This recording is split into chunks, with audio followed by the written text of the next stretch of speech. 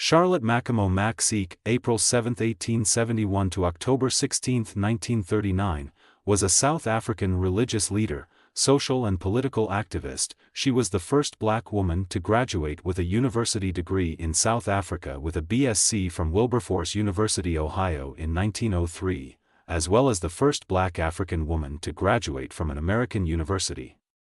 In 1918, she founded the Bantu Women's League, BWL, which later became part of the African National Congress Women's League. This decision stemmed from her involvement in anti-pass law demonstrations. The BWL under Charlotte was a grassroots movement that served as a vehicle for taking up grievances from a largely poor and rural base. Charlotte's BWL also demanded better working conditions for women farm workers. However, the white authorities largely ignored such issues. Furthermore, she led a delegation to see Louis Botha, who was then South African Prime Minister, to discuss the issue of passes for women.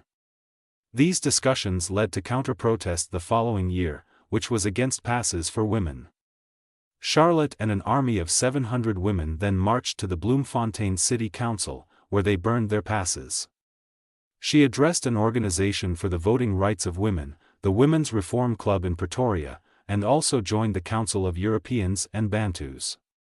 She participated with protests related to low wages at Witwatersrand and eventually joined the Industrial and Commercial Workers' Union in 1920.